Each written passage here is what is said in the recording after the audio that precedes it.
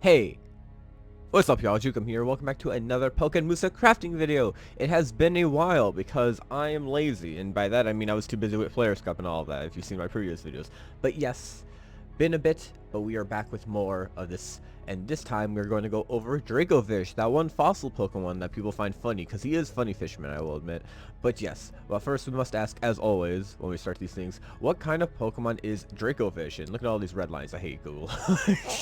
Yes, what kind of Pokemon is Dracovish? He is the fossil Pokemon, a water dragon type from Galar, part of a series of fossil Pokemon that you mix and match the fossil parts, and then you create abominations like this. It has like 3 other fossils. If you know that, I don't remember names off the top of my head because I'm not mixing and matching the names too, because they just decided to do that. Anyway, Dracovish in particular is very strong, has very strong legs, but unfortunately for it, those strong legs are not helpful towards it because it has to, like, I don't know, as a fish, drink water, so that is unfortunate. Yeah, it's a fish dragon, so it kind of got screwed there, even if those legs can make it go, let's see, 40 miles per hour. Thank you, Pokedex entries. I'm very struggling at doing these things without you. It also has strong jaws at the very least, and its signature move, Fishious Rend, is very strong. In fact, it's kind of absurd how strong it is when you get it going, but, you know, it's fun like that. As for particular Dracovish is one of the newer Pokemon, so there hasn't been too many, like, notable appearances, but Ash caught one for memes in the anime, so like whatever.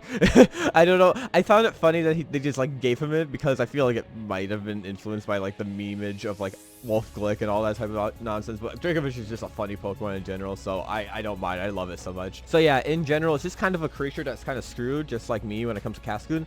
But yes, let's just go right into how it would play, because there's nothing really else to talk about this new Pokemon besides this doofy face I can make fun of like 5 times. As you can see, this is a pretty long set of text. Let me summarize it as best I can, because yes, it is a lot. Dracovish, wacky character, but it's also very strong. It's a very strong fighter, decently fast, but it also has various other projectiles. So it's not really so much a zoner, or it's more so rushdown, but it uses its zoning to help with that rushdown a bit, kind of like Empoleon a bit, just in a different way. It's able to play defensively as well with those projectiles, and all around has very large like hitboxes through its attacks, but they are also kind of slow. It can kind of make the opponent play into the palm of its hand fin fish thing on its head. Those things are attached to its head. I don't know what to call them.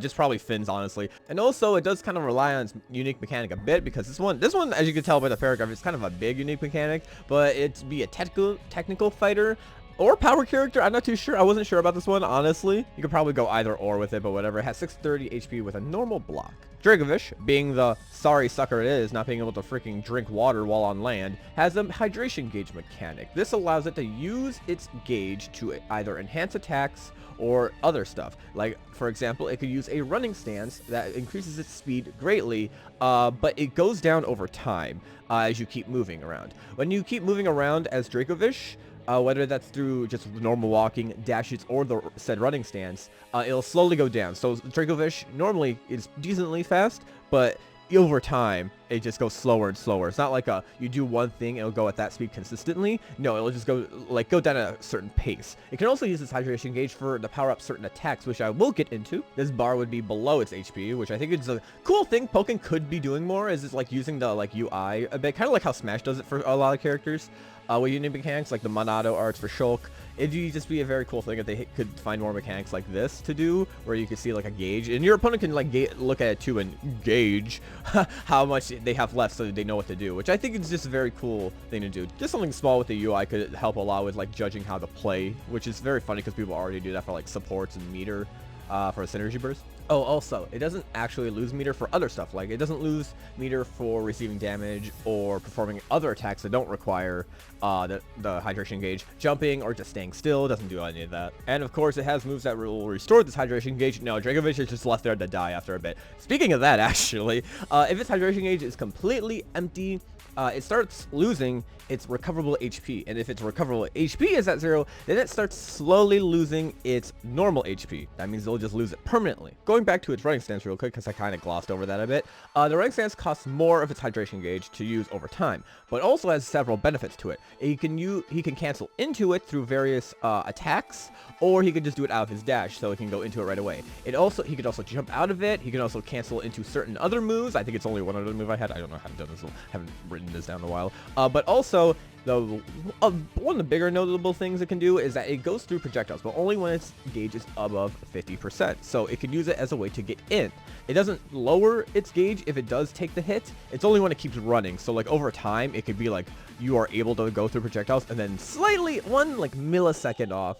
If its hydration gauge is at like 49% now, you're suddenly not immune to projectiles anymore, which would suck, but like it just kind of has to have a downside because otherwise it'd be really stupid if you're fighting a zoner and he's like, hi, I'm just gonna go in, hello guys. Like, look at him on the right. He's just kind of like, imagine that thing running at you with that doofy face. What do you think about this Cascade?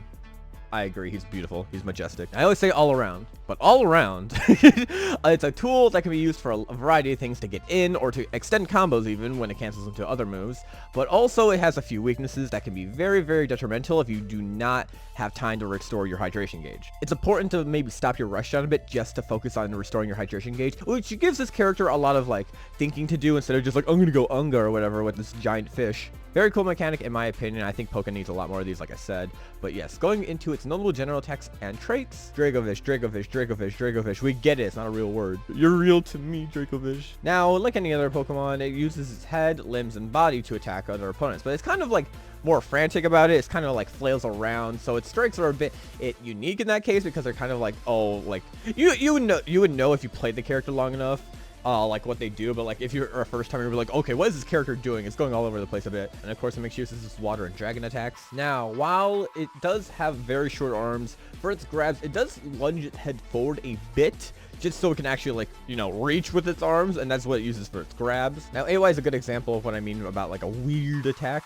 Dracovish kind of stands straight up and then it, like shakes its body back and forth like viciously or whatever. You kind of worry about it a bit. It hits once and knocks opponents on the ground back, while those in the air get launched higher for a combo starter. Basic move, as all 8Ys should probably be, unless you're in plans, in which case you're just kind of a mistake. JY though is kind of weird, a bit kind of weird. It throws its bottom half, obviously it's in the air, throws its bottom half upward a bit, knocking opponents back a bit while scooping aerial ones into the air as a combo starter. Kind of reading it off because this is actually kind of like an awkward move to describe. I forgot what I wrote down.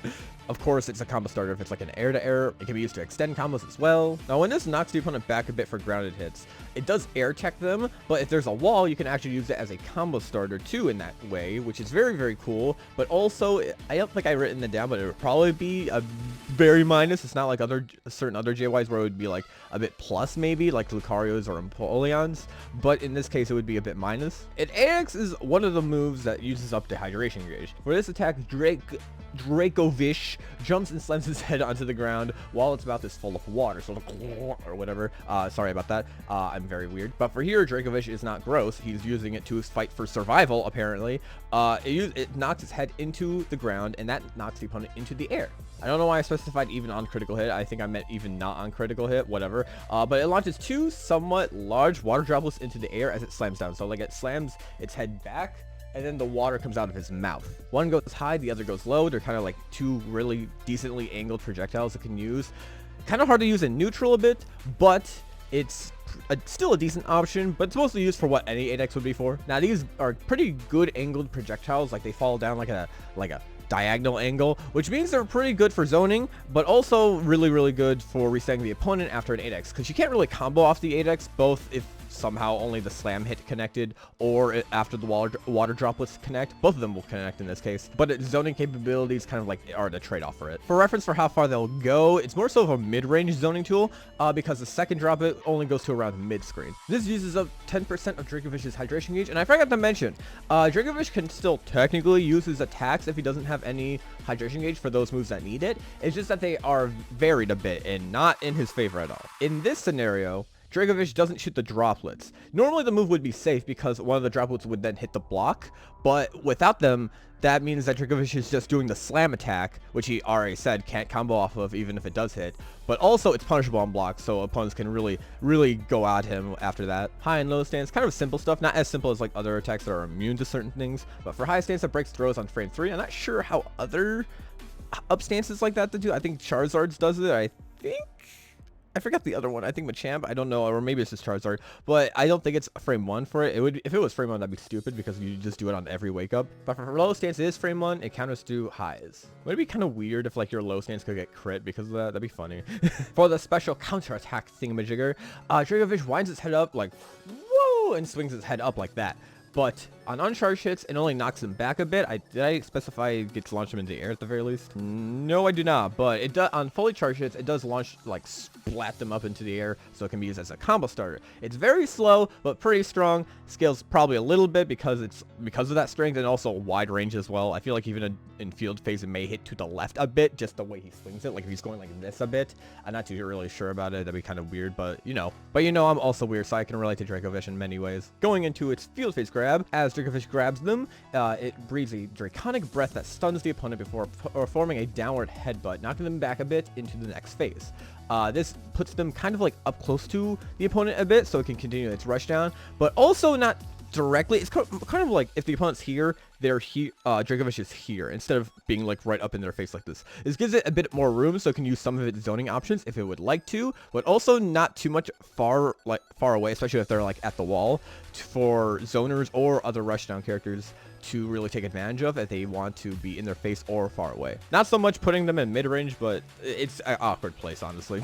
I don't know how to describe it. I'm a Pokken pro. I should know how to describe these things. I don't, though. Anyway, before I freaking show my ignorance even more, let's talk about the Duel Phase grab. It knocks the opponent forward with an upward headbutt before charging at them. It then, comedically, accidentally trips, but then crashes into the opponent anyway and launches them away. Oh man, I want to kind of get a little more comedic with him because he is Dracovish. Now that we're done with normal general attacks and traits, because I will never change that name because I'm stupid and weird and stupidly weird, we are going to go to its first A move, which is Fishious Rend. Oh my god, his signature move, who would have guessed? Alright, for this move, Dracovish charges his head back before swinging forward horizontally. Kind of like its counterattack a bit, but obviously just horizontally. It rends the opponent with its skills and a blast of water, just like in the games on the right. This is pretty simple move, despite what the paragraphs might tell you. Now, all of Dracovish's A moves that use water will use up the hydration gauge, unless it's the moves that are supposed to restore the hydration gauge. For this case, it does spend a lot because it is a very strong move. You'd want to use this move for general power, and it can be charged up to 4 different levels. These levels range from 80 damage at the weakest at level 1, up to level 4s, up to 160 damage for level 4. And with the other 2 being in between, I assume it would be like, I don't know, I can't do math. But it does take 2 seconds before becoming fully charged. So it's a bit, but could be decently used for or Oki options if you want to intentionally reset them, because level 4 is a piercing move, and it keeps Dracovish plus on block. Obviously also great chip damage. Level 1 and 2 would probably keep them minus on block, but level 3 would be even on block. And then for other characteristics, level 1 and 2 would just make them roll back a bit, while level 3 and 4 will actually launch them. So on the wall, it could actually combo, which is another good reason to use it if you want to at least do level 3. Level 3 won't pierce, but they could, honestly, if you're going to be counterattacking in front of this move, you might as well just be like praying that they don't go to level 4. That is a very dangerous situation to go in. You might want to jump maybe if you think you're going to do it, but if they time the level 3 correctly, you're still probably going to get hit. So it's either block or die. I think I'd rather hold that R to not hold that L. So now that I think about it, this could probably be used for cheeky shield break sets with Yveltal like I do with Empoleon. Oops. However, I'm so stupid. However, when charged to maximum, this uses up 50% of the hydration gauge, so it's a lot. Also, sorry. Level 1 lowers it by 50%, and the other 2 obviously in between. I'm too lazy to do, but whatever. The gauge gets reduced when the attack comes out and not while it's charging, so at least has that.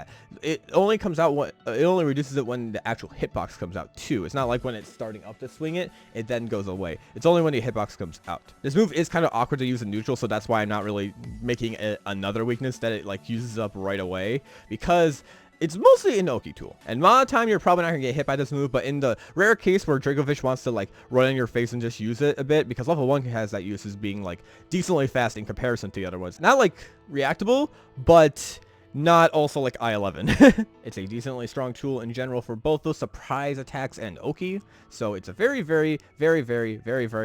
move, yes, that you'd want to use. I think the levels being able to make the opponent like mix up of like, oh, what level are they going to release it? Am I going to be able to counterattack or whatever? It's pretty cool. Obviously, you'd probably want to block a lot of the time, but still. And then if it doesn't have any of its hydration gauge for the higher levels, it will automatically use the lower move. It'll like automatically let go. So if you're at level 2 and you can't go to level 3. As soon as level 2 is ready, it'll just release. Maybe you could hold on to it for a little bit longer because it's like technically you're charging up to level 3, so you could hold it a little longer, but that's besides it. You can't hold it for like 5 years like you can with level 4 even. But the funny thing is, Dracovish being the comedic mastermind behind the slaughter or whatever, when it can't use level 1 even, it'll just trip up as it throws its head forward, which makes it immune to highs briefly, because why not? Just why not? But also it has no hitbox, so you're probably gonna get punished anyway, even if you avoid a high. It'd be funny just avoiding like Mewtwo Hyper Beam, Fishious Rending under it, because it can't actually use a low stance. It can't use a low stance. So if you use it in front of their face as they're hyper beaming and you just avoid it, and then you punish them because hyper beam has a lot, and like that'd be the best freaking.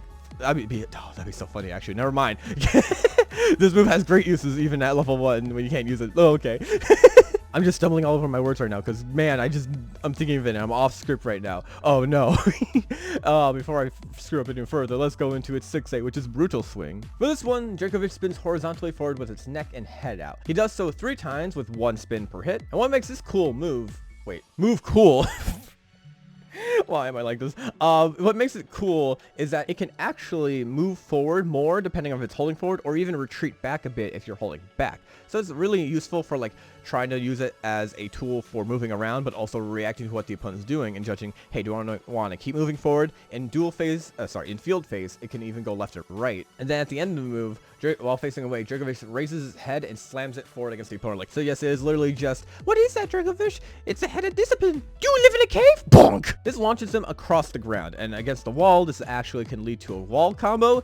Depending on where you are, if you're really up close to them, it might wall splat them too early and you won't be able to connect off of it, but at the very least, it's a very long Oki setup you'll have, so you can do something like Fishious Rend right after. But on aerial hits, this final slam actually launches them down to the ground for a wall bounce, which can extend combos in that way. The first 3 hits will obviously connect with each other before like popping up a tiny bit, so then it can combo into the last hit. What's cool about this is in Field Phase, it actually attacks in the direction that you're holding in. So it can kind of screw you a bit if you're holding back too much and then you like attack backwards, but so you kind of have to like hold forward at the last second so it attacks forward. That is, of course, if the opponent's even there. If they're not there, who cares? Another unique thing about this move is that it can be used out of Dracovish's running stance. It comes out of it more quickly than usual, since you have to count in like the startup from the running stance anyway. So it's sort of how like it bounces off a bit, and that's what makes it cool for using combos, because you could go into your running stance from out of a combo and then go into Brutal Swing from your running stance to then extend the combo and then do it like whatever you want to do with Dracovish. I wouldn't know any of the combo routes because obviously I'm making this character up. Another sort of trade-off for this move is that in the running stance version, it is minus on block. The normal version, it has a bit of startup to it, so it is even on block instead. You can't really, it's all a block string, so you can't really counter after the hits, but it's even on block.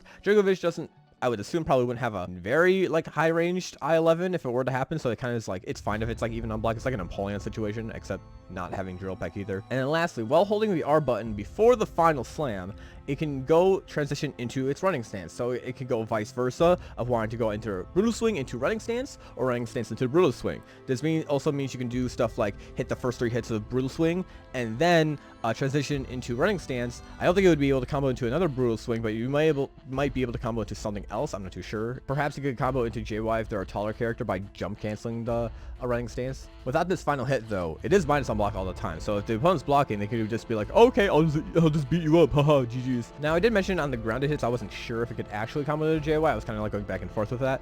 But on aerial hits, it would still pop them up a bit for what would usually be the follow-up for its final slam. And you could be able to combo it off of that way. Another cool thing is that you can actually go into running stance backwards. So if you do hit their block and you're like, oh shoot, I'm gonna go run away, you won't be completely screwed off, but you might still get hit by a long lunging move by like 2i from Lucario maybe, unless you jump it, obviously. It's a very, very balanced move, maybe. I don't know, in practice, it sounds balanced for me because I gave it a few like downsides to what it could do, but also I gave it a lot of like leeway with the stuff it can do, like the running stance, all that. It's a really cool tool to keep up the pressure or retreating. Retreat to get your hydration gauge back. And speaking of getting your hydration gauge back, let's go to the Foray Skull. This is one of the 2 moves it can use to restore its hydration gauge. This is actually a pretty cool one, I thought of. First off, Dracovish stomps its foot on the ground in front of it, creating cracks that release boiling water. Now, why is it doing it this way instead of shooting it off? Well, you see, if it was going to shoot off water, it would just use up its hydration gauge. So that is why we're making it come from the ground instead. Does it have to make sense that there's just boiling water beneath the stage of every Pokken arena? No, it doesn't. Don't worry about it. But this Stomp doesn't have a hitbox, but the water releasing from the ground does. This hits opponents 4 times, though is a low. After the 4th hit, Dracovish then slams its body into the water, which is a mid that launches the opponent into the air for an air tech. On airborne opponents, they get ground bounce, but Dracovish can't really combo after it because of what I'm going to say next. They'll just land on the ground because while they're on the ground and trying to recover, Dracovish will be like flailing around in the water, which restores his hydration gauge by 25%, which is very cool. The trade-off to this though, while it's an attack that restores hydration gauge, you also use up HP. Now, in this case, I said 30. I'm maybe a little more. I'm not too sure about it. But either way, it would leave it with gray HP, so it can restore it if it wins like a field phase, but Dracovish can't restore his HP naturally. Flailing around when he's in the water doesn't have a hitbox, so he can be punishable if the opponent is blocking, which kind of sucks. If they do, you will get some of your gauge back at the very least, but you're probably going to get majorly punished because that move is probably going to be like minus 80 million, especially since you can't really cancel the move. You have to go through with the flailing. Now, while he is flailing around and the opponent does get up from their attack, he is still plus after hitting them, so it's not like he's minus after it too. Maybe he could be even, but no, I think it's fine being plus on Oki still. Not enough to like do like a Fishious Rend Oki, but still a quick Oki he could use. Could mix up with a grab and all that. Finally, it's a tool he could just use at the end of combos. So while it is a low, if you do use a certain combo route for it, which I will not explain because I'm not going through all that, you could trade off more damage for more of your hydration gauge. Now, while this is only the first move that he can use to restore his hydration gauge, it's still a cool thing he can use at the end of these combos. Going into the next move, we have Whirlpool. Oh, look at that Piplup there. He's just so small. Fitting these images in this giant text-heavy thing. Isn't it beautiful? But yes, Dracovish, for this move, raises the head straight up and releases a Whirlpool from his mouth that hits straight above it and hits a bit to the sides. Kind of had to word it that way because it's like the only way I could word it while trying to maintain like momentum and trying to word things. I don't know what I'm saying anymore. Anyway, this is a 6-hit attack.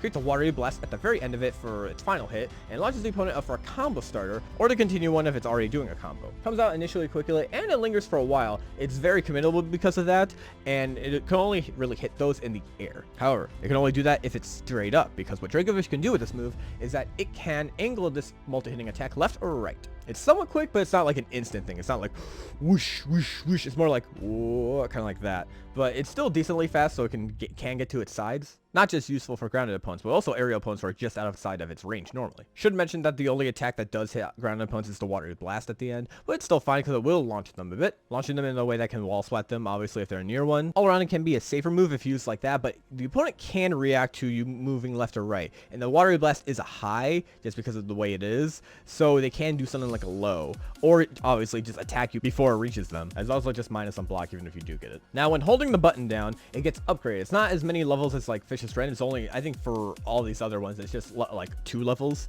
But in this case, the Whirlpool gets a lot bigger and it's a lot stronger, dealing 8 hits in total instead. I don't know if it would be like that one on that Piplup's using, but I don't know. It'd be funny if it was. Now it gets to the point of bigness.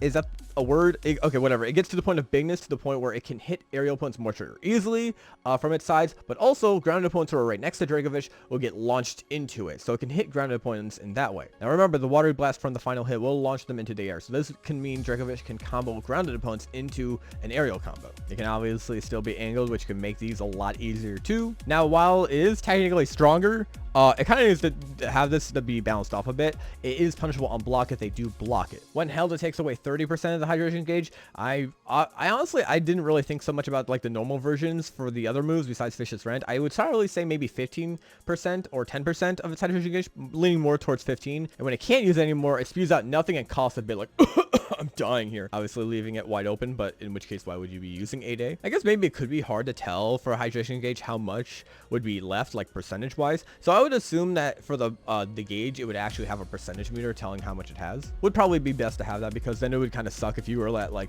14% and you wanted to use Whirlpool and then you just get punished after you start coughing out of nowhere like, oh cool, I did not know that I was not able to do that. Thank you, game, for having this useless gauge. Anyway though, that is the end of Whirlpool. Now we get to Hydro Pump.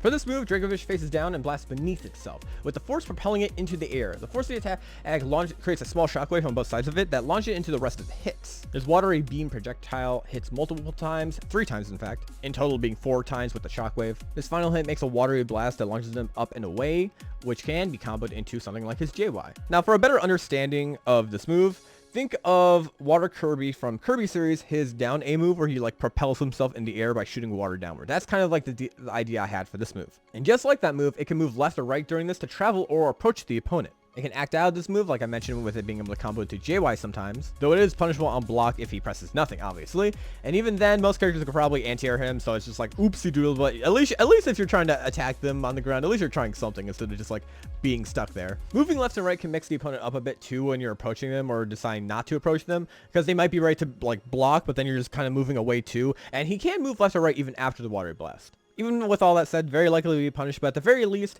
because of him being able to move left or right after, that's how he usually would combo into JY right after. If he's moving backwards, he can't really do it though. Mostly when you're just charging forward. It does use 15% of its hydration gauge normally, which I guess just to be consistent with Whirlpool, and then it uses 30% of its hydration gauge to power it up. Now, when it's powered up, it's more so that it can use it longer. It can do it for a full second longer, in fact, dealing more hits. During this too, Dracovish slightly ascends because his body weight is probably a lot. Wait, how much does Dracovish weigh?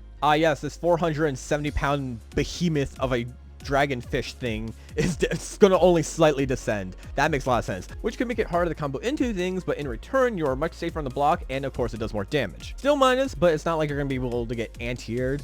You can actually be able to do an aerial move as you're landing, so you might be able to do something like JY or your other aerial attacks as you're landing while they're still in block stun to be either less minus or even be plus maybe. JY, like I mentioned, probably wouldn't be plus, but I don't know about the other moves, honestly. Now, another decently notable thing about this move is that when held down, it doesn't actually use up the hydration gauge right away like it would for Fishious Rend or Whirlpool. It would use it until it runs out, and then immediately when it runs out, it would just do the watery blast. You can also just let it go of it sooner than usual, so you could just do the watery blast whenever you want, but what I had there is the 30% of the gauge is when it uses up, like if you're holding it the entire time. So there is variation with the move. The initial move does use 15%, and because of that, if you don't have 50% if you're in your hydration gauge, then you're probably just going to be banging your head on the floor, because that's what that's what Dracovish is going to be doing. And honestly, envisioning it, just him being like, oh, all right, get ready to do this, and then he's going to have to like, he's like has his head up and he's about to like slam it down to like propel himself, and then he just like bangs his head on the floor.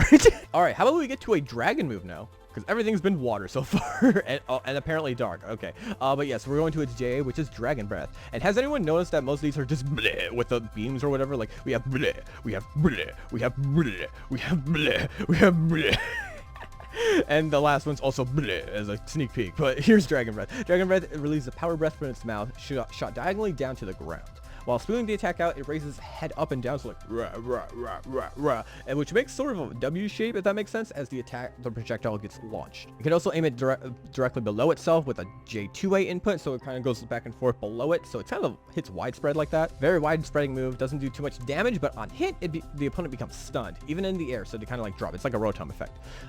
It does get hard to continue combos if they're high in the air, because they'll recover a bit sooner, but it'll still probably be plus. Mainly a tool for combos, scales a decent amount, but it's still usually safe. If you're right in front of them though, it is definitely punishable on block. It's a lot of factors depending on when it will be punishable on block. Obviously, if you're higher into the air, you're more likely to be punishable. If you're like super low to the ground, you should relatively be fine. Also distance like horizontally. It's kind of like a game you have to play, because if they're farther away, it's also harder to like extend your combo. You could probably get like a brutal swing off after doing a running stance, but also you could get better combo starters if they're right in front of your face. It could also be used in combos to be able to do stuff like that. It does knock them down a bit. Now, when I said plus, I totally forgot that I wrote down that it actually crumples them. So this does mean you can use it for Oki setups, which, you know, Fishious Rend is a thing. It does have phase shift points to it, so you might also want to consider if it's like in the middle of a combo, not using Dragon Breath, but it has varied uses for wanting to either use it as like a sort of zoning tool to stun them so and knock them down, so Dracovish can get in if they get tapped a bit, both in the air and on the ground. But you can also angle it, so like if they try to cross you up while you're in the air, you can still hit behind you as he's like shaking his head back and forth. It's a very cool move, and I'm happy that I was actually able to fit in a dragon move in this dragon type Pokemon. Now going back to the water with the bear tick. Oh my god, the bear tick. This is my favorite image, honestly, with the bear tick. For this one, it's really simple. It's a release A move. For Brine, Dracovish raises a geyser of water beneath itself, obviously not shooting it himself like with Skull, because I gotta be super smart about this. This restores hydration gauge slowly over time. It goes up to about half, or well, 50%. I don't know why. Oh, this restores it up to 50% of its meter. I don't know why I wrote half when everything else was a percentage. I even have a percentage lit. Whatever. This covers Dracovish's sides, and while it doesn't have hit stun, it does do damage. Not that it can KO, but this attack is technically a projectile. So it will, while healing his hydration gauge, it will also block weaker projectiles, which is really cool. There's a small startup to it, so it's not like he can just like do it right away at like I-11 at any time to restore his gauge and then like cancel it, because he can't cancel it with R and then start attacking again. It's not like a full thing, so he can like, it's only up to like 50%. Now another thing that makes this move really good as an alternative to Scald is that when its HP is below half, it restores its gauge 50% faster. So it can kind of be like, after using Scald, if you put yourself in like below half, you could be like, oh cool, now Brine will do more, now I'll use this move. So I just thought of it like that. It's kind of a cool thing if you do put yourself in below HP, so you could be able to do that. Because Scald does, what was it again? I forgot how much 25%. So then you would be able to restore 50% even more, like a lot more quickly. Especially since Scald does knock them down and you are slightly plus, so you would be able to do that and then maybe even cancel and like mix the opponent up a bit. Oh, I'm sorry, I'm not gonna record everything. I did not read my own things. It's after 3 seconds as I reference, it restores up to half. That's why I didn't use it. I'm so smart. But yeah, it can be used indefinitely. I really need to, I write these down and then whatever. I need to read these. But yeah, I guess it can be used indefinitely. Apparently, I'm just smart. But yeah, decent move. Probably his main tool for doing it. Scald's a bit more niche, but Scald does have its uses. If holding forward while pressing R, it actually will go straight into its running stance too, which is another move it can use to go into it, which means you could literally go from Brine to restore stuff, go into running stance to use some of your hydration gauge that you just restored, and then go into brutal swing, which is a move that doesn't use hydration gauge. Especially very useful since, like I said, it blocks projectiles, and then the running stance also will eat through projectiles.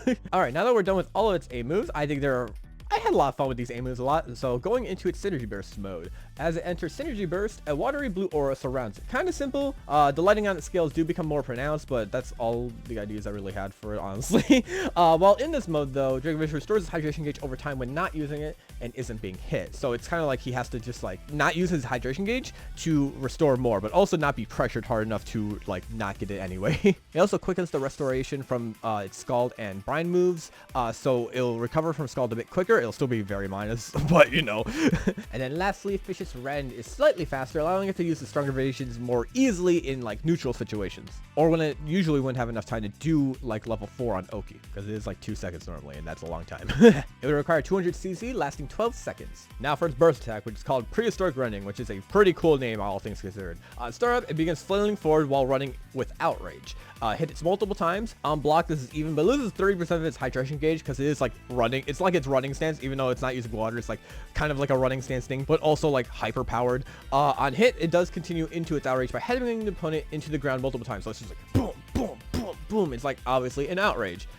With our head sticking out the very end before doing a stomp with its foot. I can't really show that with my feet because that'd be weird. But with that stomp, it launches them down into the earth, into a prehistoric era, because why not? Don't worry about the earth's crust, like earth's core or anything. But yes, the prehistoric area is filled with like trees and rivers and all that. Dracovish is obviously falling, but it wouldn't show him falling in it, but he'd just be there, like whatever. He just teleports behind you. Nothing personal. Get Fishious Rend. The opponent crashes into the ground. Dracovish then appears in front of them as they try to recover. It's with its other mismatched fossil friends. Oh yeah, I actually got their names down. Okay, Dracozolt, Arctozolt, Arctovish. Cool, that's their names at the beginning of this video. These 4 Pokemon combine their power with the Vishes using Fishious Rend and the Zolts using Bolt Beak, which sounds weird now to say Vishes and Zolt, whatever. It sounds like house names or whatever. Why did I use the word demolishing the opponent with a... What's wrong with me? But yes, they hit them with a barrage of water and electricity that sends them straight back up where they came. It's like a huge explosion of water and electricity, even though it's like technically just biting and beaking moves. But it's like cool like that.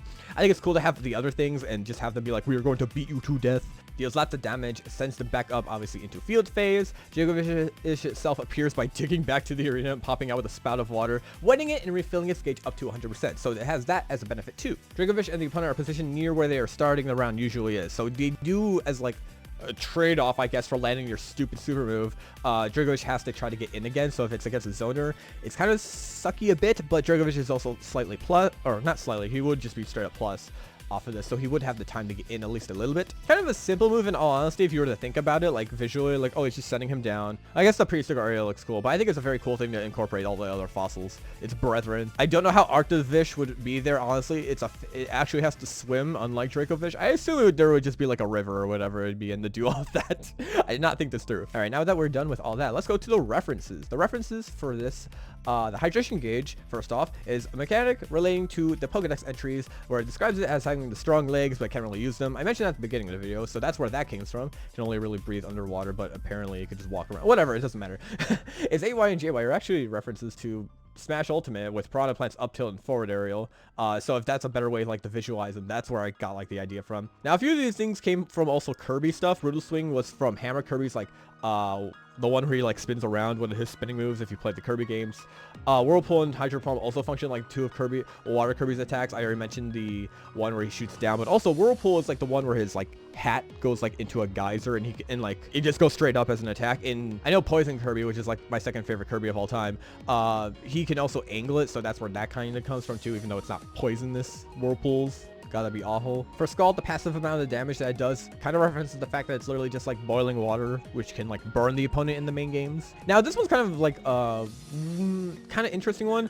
For Dragon Breath, it stuns opponents and it references the secondary paralysis effect it can do from the main games. Now usually when you think of moves that can do burns or paralysis in Pokken, that would usually be the equivalent of lowering their attack or speed. For poison, it's also like lowering defense. I forgot to mention that. But for this case, I thought, no, I feel like I've done that too many times on this. So I decided, okay, the other thing stunning can do, or paralysis can do, is like stun the opponents. So that's why I thought, oh cool, that'd be pretty good. I thought maybe do both, like lower their speed and stun them, but I feel like maybe I think that's too much, because it's just like you're already a rush down, now they can't even get away from you when you're already in their face. That'd be pretty weird. For Brine, the cool thing about this move is that people don't remember this move exists. The reason it restores even more hydration gauge when below 50% HP is because the move in the main games does double the amount of damage when the opponent has less than 50% of their HP, which is kind of redundant, honestly, but in this case, I think it's cool. Got through all those references with the least amount of stumbling I've ever done, probably. Anyway, going to its pros and cons. In summary, it can rush the opponent down with its running stance, being surprisingly quick with those options. Very useful for, you know, its general tool to get in. It deals lots of damage with long-ranged attacks, like Fishious Rend or Whirlpool. Like, even its up-close moves are decently long. As I mentioned, they are kind of slow, but that's the trade-off. With forming being plus on block, so it can keep up pressure super well. He has other movement options besides his running stance that it can mix up between with either Brutal Swing or Hydro Pump. Obviously it's running stance, and obviously Brine can be canceled into running stance too, so that's another movement option after like dealing with projectiles. Hydro Pump's kind of the outlier when it comes to the movement options of Brutal Swing, running stance, and Brine, but whatever. I put this as a pro, but it's kind of just like a general mechanic. It can use Scald and Brine pretty well to restore its hydration gauge, with the former being able to be used in combos, or you can just reset the opponent to do either or. Dragon Breath can be used to stun the opponent for resets, combos. It can keep them in place from far away if they're that far. It kind of, I forgot to mention, but it kind of moves a bit slowly too, not too slow, but it's not like super quick as it comes out, so it's very useful for that too. And all around, it can keep up momentum well if it has enough its hydration gauge. And also, look at all these moves. I love it. I love it. I didn't even think of that like as I was doing it, but after it, I was just like, oh, they're just like all spewing stuff. I love this. The only ones that's not doing it is like, I think Brutal Swing, and your child, I'm disappointed in you. Now, believe it or not, characters do have flaws in these video games that we call fighting games. For Dracovish's case, it has a pretty large hurtbox. As you can kind of see, he's kind of a lanky guy all the way up here, kind of a lanky guy, kind of reaches pretty far. It does rely on its hydration gauge for movement and attacks, and if it doesn't have enough, it does leave it vulnerable, with its HP dwindling down more and more over time, and also it not being able to use its, like, you know, attacks, some of them. If it's getting rushed down or zoned by itself, it could be very hard for Dracovish to restore its gauge. Like, and it's like, it has moves that delete projectiles, but against characters with piercing projectiles, mostly just like Shandy, it would have such a hard time to do it, but also it wouldn't have time if someone else is rushing it down. It does have the tools to get them off, like obviously like any character would have, like if you guess wrong, but it's still kind of tough to do if you want to use something like a water move or something. Lots of slow startup, including its projectiles, which is kind of a detriment, but made up for with its long range, as mentioned. Moves that refill its hydration can leave it wide open if used incorrectly, and one of them even damages it, so it can kind of suck a bit. You have to know when to use them correctly.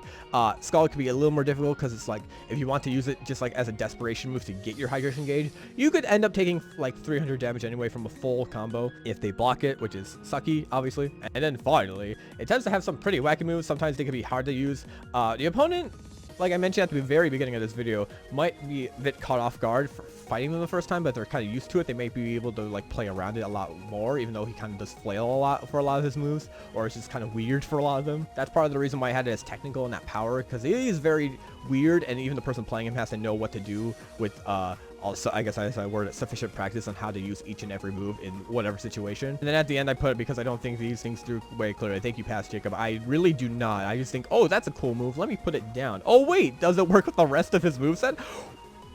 Oh well.